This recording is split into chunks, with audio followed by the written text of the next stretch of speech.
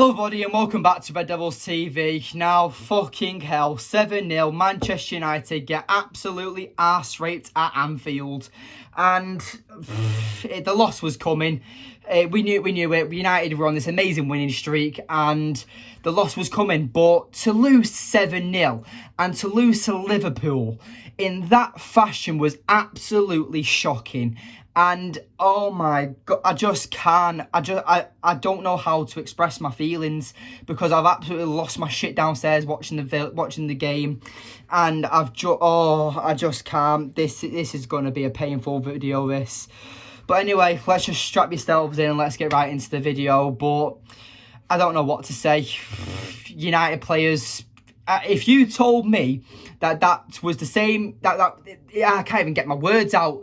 But if you told me that was the same United as last season, I'd believe you. If you told me that was Ole Gunnar Solskjaer's Manchester United, I'd believe you. Ralph Rangnick's Manchester United, I'd believe you. Because that looks nothing like Erik ten Hag's Manchester United. It looks like the same players dropping their heads, can't be bothered. The players, their mentality was still in the dressing room before the first fucking half. It was absolutely embarrassing. And, I'm just fuming. But credit to Liverpool. Actually, no fucking credit to Liverpool. Fuck off. No. I hate him. I hate Liverpool. And the fact that we've lost in that game and it's been an absolute massacre. 7-0. That is the biggest loss we've had in 92 years. That is embarrassing. It's 2 goals off the Premier League goal scoring record, which is the biggest defeat, which is 9-0 to a team. United shouldn't be losing a game like this. The players weren't good enough. Their heads had dropped and it just looked like a loss from the get-go. And you know what? First half, United looked like the better team. Liverpool finished their first shot on target off very well. And I'll give it to them. And of course, Gakpo had to score. It had to be Gakpo. The player Erik ten Hag desperately wanted and Manchester United wouldn't sign. Glazers, fuck you. I can't be arsed with you. Get out of this football club. Sell the club to Qatar, whoever. You can sell it to fucking the Aldi manager for all I care. Get out of this club because you are crap and it's come to bite us in the arse yet again. What goes around comes around and United are a victim of that tonight. And it's just awful. The fact that we didn't sign Cody Gakpo when Liverpool got it for about 36, 37 million and you signed fucking Burnley striker who was out on loan to Turkey getting a fucking hair transplant and his teeth whitened. Fucking shit. That's exactly what it was. It was... Oh my God, it's come to bite us in the arse. The fact that Gakpo scored a brace, he's settled right in, he's absolutely sunk Manchester United like the Titanic. It was awful today. And like I said, if you told me that was Ole Gunnar Solskjaer's Manchester United, I'd fucking believe you. And I just can't express, because I feel like this video is going to go on for about an hour, but because I just have too much to say. But the fact that Bruno Fernandes, you're the first player I'm going to fucking call out. I'm not calling out the players. Actually, no, I am going to call out the players for their poor performance today. But I'm not losing faith in these players. Loads of fans on Twitter giving the players death threats. Giving the players that these are the same bunch of shit players. We need a complete revamp. You are the fans that don't believe in this rebuild. I'm a fan that do believe in this rebuild. But I'm going to give my players criticism when they're shit. And today... probably 9 out of 10 players on that pitch were shit today. And Bruno Fernandes, like I said, you're the first player I'm going to call out. You've been an amazing captain throughout this amazing run, but today your head fucking dropped. When your captain is supposed to be someone that your players look to when they've lost their head or they need motivation. Bruno, you were fucking flopping around like a fish out of water, crying like a toddler that has been tigged or something like that. You were a fucking embarrassment, and you call yourself a captain in a game like this was absolutely embarrassing. Harry Maguire would have been a better captain today, in my opinion. And you know what? I'm angry, and I'm probably going to say some things that I don't mean. But right now, I am furious. And the fact is that Bruno Fernandes is supposed to be our captain, our leader. And today, the players who dropped their heads, Bruno Fernandes is one of them. He was one of the players that dropped their heads before the second half even started. And the fact that we went in to half-time 1-0, 1-0 down, I thought, okay, United can come back from this. What happens? Slow start, second half, 2-0 down, 3-0 down, and then by the 88th minute, it's 7-0 down. United didn't look like they had a fucking prayer, and it was an absolute embarrassment today. David De Gea, I can't blame him for one of the goals. I think he could have kept his legs shut like an absolute hooker. But on the other occasion, I give David De Gea my man of the match, because the other 6 goals, he could have done fuck all about it. The defence was terrible, and it was just infuriating, and I just don't know what to say. And I'm starting to get a headache now. I'm that wound up, but it was just terrible. And do they even deserve ratings? I normally give players match ratings. Do they deserve them? What's below than 0? Like, it's actually impossible to give certain players the ratings. But if I have to give him a ratings, I'll give him you very quickly. I'll give David De Gea a 5, and that's the highest rating I'm going to give anyone today. I'm going to give Diego Dalot a 2. I'm going to give fucking Varane a 3. Martinez, I'm going to give a 4.5 actually. You know what? No, actually, no. I'm going to give Martinez a 5 as well. I felt Martinez was our best defender, actually. But the fact is that Martinez was doing every other defender's job. Varane wasn't up for it today, and that was a worry, because last night we had a tweet come out that Varane will have a late medical test against Liverpool today. So Varane was clearly that he had a knock, or he's pulled something. He wasn't fully fit. So putting him in a game like this, yes, it's a big game, but if he's injured, Ten Hag has proven that if his players got a knock, if they're ill, he'll drop him and he'll deal with the consequences after the game. But the fact is that he played Varane today when we knew he had a potential knock. That's probably why he didn't play as well today. But people saying he's average, people saying Lindelof or Maguire are better than him, you're absolutely in delusion. You're in cuckoo land, as Roy Keane would say. And it was just embarrassing. Sure, you're next. You get a 1. You were the worst player on the pitch today. Sure, you were... I just don't know what to say about him. You were terrible. And, oh my God, the performance you put in today. Roberto Carlos, fucking... You were shit, mate.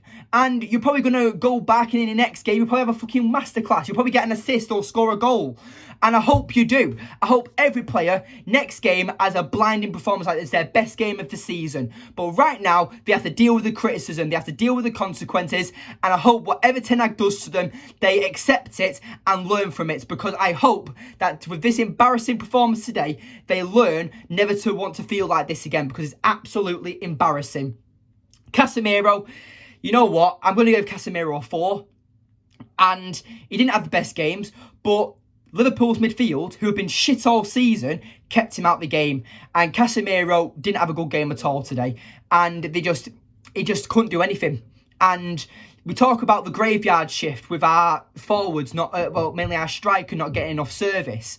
But our centre defensive midfielder was not getting any help. The fullbacks weren't helping out the midfield and becoming more inverted midfielders, or inverted fullbacks, should I say. The wingers weren't dropping back. It was an absolute terrible performance. And what did I say in my preview? That the game's going to be won and lost in the midfield. But I had confidence in my Manchester United side, in Eric Ten Hag's Manchester United side, that we would have at least got a result out of something today, whether it was a draw or a win. But to be absolutely bummed, 7-0 is absolutely... It's awful, and that goes down as probably one of our worst performances in our club's history. And not just of the season, you can write it off as the worst performance of the season. Forget 6-3 loss to City, forget the 4-1 loss to Aston Villa, forget the 4-0 loss to Brentford. 7-0 to our biggest rivals is awful. It is in our club's history as one of our worst ever losses. And I just know that Eric Ten Hag inside is absolutely burning. And he is going to give it to every single player who was shit today, which was pretty much all of them. But some were better than others, is what I'm going to say. Who was next? Fred. I'm going to give Fred a 3. I just felt like he was clumsy, making ridiculous challenges. And it just, whatever we did in the first half, we were the better team, and I'll admit that. We were a better side. But Liverpool got the first goal. They took their chance well. Cody Gakpo puts it in the bottom corner. And it was just, the defence was just caught out. But the second half, the first half is erased. We have to talk about the second half because that was pretty much the full 90 minutes. That's what it fucking felt like. It felt like 90 hours. It just wouldn't stop, and I just couldn't wait for that last minute whistle to be blown because it was just awful. But Fred, you just were clumsy, and I felt like Fred was having a good game in the first half, but he deserved to get taken off. It was just a terrible performance from Fred. Bruno Fernandes, I'll give you a 2, mate, because but like all these players, I can say apart from the likes of Martinez, De Gea, and maybe Casemiro on an exception, were below average. But today, some of these players hit rock bottom. Their heads dropped in the ground like an ostrich. It was terrible. And yeah, Bruno Fernandes, I've already explained my fury about him. The fact is that he's supposed to be our captain. He was not a leader today, and it was just embarrassing performance for Bruno Fernandes, and it hurts me because Bruno is one of my favourite players. He's been one of our most important players all season, and today to give a shite performance like that, the captain is going to get criticised mostly. But why do you think Harry Maguire gets all the criticism when he's captain? Yes, he's not a very good footballer, but because he's the captain, he gets pointed out the most, and Bruno Fernandes deserves that criticism today, no matter what, whether you love him or hate him. I love Bruno Fernandes, but today he deserves that criticism. Anthony, I'm going to give a 3 to, because even though he had a few good chances, he made a few shots on target to the keeper. He didn't worry Alisson at all. He kept getting caught up by Liverpool's defence, and he wasn't tracking back to help Diego Dalot. That first goal was absolutely on Anthony's... I wouldn't say actually on Anthony, but the fact is that he didn't track back at all. And I'm going to give the same criticism to Bruno Fernandes, who was out on the left wing for the majority of the game. But yeah... Anthony, he just gets a 3 out of 10 for me. He wasn't tracking back. He wasn't helping out with Diego Dalot. And defensively, we were a mess today, and I don't know what happened. Let's just call it an off game and just move on to the next game. Go game by game. And hopefully our confidence isn't shattered, because we've done so well over these last 2 months to build this confidence up, winning game after game after game, proving and giving United fans hope that we are eventually going to come back and be that top club again. But with a game like this, it feels like that them last 2 months have been absolutely erased from our memories. And the way I'm feeling right now, it doesn't feel like we won the Carabao Cup. But you know what? I'm still happy we won the Carabao Cup, but with a performance like this, you cannot feel like anything but rage, disappointment, and it was just, like I said, it's a massacre. It was an absolute massacre. Weghorst, I completely fucking forgot about that fucking donkey. I backed the signing when we first announced it because he's a striker. I backed him. But I wish we had the Weghorst that played against Mark Goldbridge when he played for Burnley, because that Weghorst was fucking brilliant. This Weghorst, we got him a fucking wish. And are we sure we actually got the right Weghorst from Turkey or Burnley? Are we actually sure we got the right one? Because Weghorst, he's too slow. I love the way he pressures players. I love the way he doesn't stop. But today, he was the wrong player. And I said in my preview that we should not be playing him today. It was not a game for Wout Weghorst. And today, that was proven. The build-up play just didn't happen. It's proven that when Bruno Fernandes plays out wide, the midfield isn't there. And Weghorst has been the wrong signing, in my opinion. And it's, I like Weghorst, but he's just not good enough. And it's frustrating because the fact that we brought him in as a striker, but Ten Hag knows he's not good enough to be a striker, so we've dropped him as a 10. One of the most important roles on the pitch, where you're creating, dropping back, running with, being a box-to-box midfielder almost, constantly running. Weghorst is, yes, he constantly runs, yes, he constantly pressures, but he's still stuck in gear 1. His gearbox is broken. He doesn't have any other fucking speed. He doesn't have another gear outside of gear 1, is what I'm trying to say. Oh, I've wanted to say that for a while now, but Jesus Christ. And I don't even know, did I even give Weghorst a score? I'm going to give him a 2, I don't know. But Bruno, I've already given a 2 to. And Rashford, I'm going to give Rashford a 4-4, because he had no service, he was kept out of the game.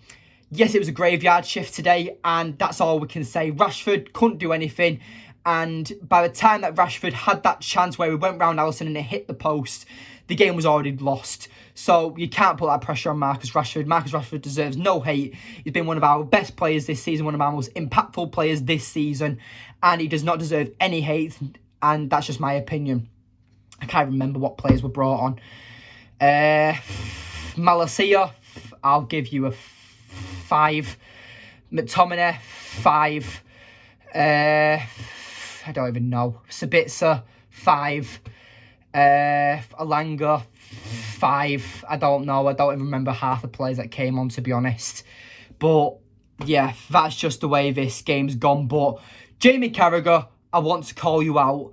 And you are, I don't know what to say actually.